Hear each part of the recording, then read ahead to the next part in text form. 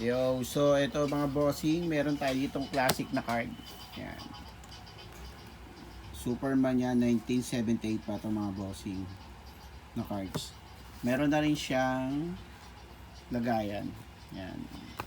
Papansin nyo, meron siya kagad clear box. And then, ito yung likod niya. Yan. So, tingnan natin kung ano yung ano.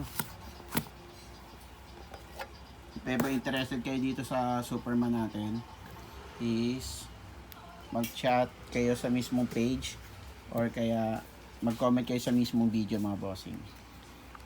Ano natin. Oh, grabe kaluma naman na ito. 1978 pa to. Kumain ko nga. Tangina mo ano. May baul. May baul siya mga bossing. Alam niyo yung mga magazine na natago.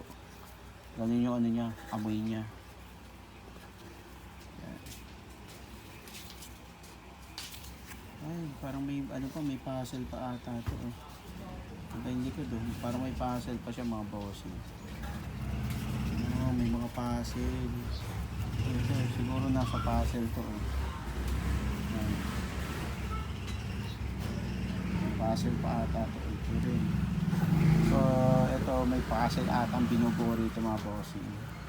Yan. 1978 pa ito mga bossing. If ever interested kayo rito sa natin, chat lang kayo sa mismong page. Ito yung likod nyo.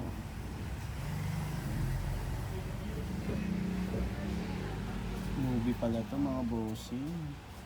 Tapos ang ano pa niya, date pa niya is 1978. DC Comics pa ang gumawa na ito mga bossing. The Man of Steel. Yan, ito yung likod. So may binubuo pa sila rito sa likod. Siguro buo din ata yun. Hindi ko na rin paano eh. Ano yun siya talaga, amoy luma talaga. Yung magazine na ng tambak. Natago. May stock. Ganun yung amoy niya mga bossing. Tago na natin. Diba, if ever na interested kayo, chat na lang kayo sa page. Kaya mag-comment kayo sa mismong video mga bossing. Salamat sa panonood mga bossing. Yes!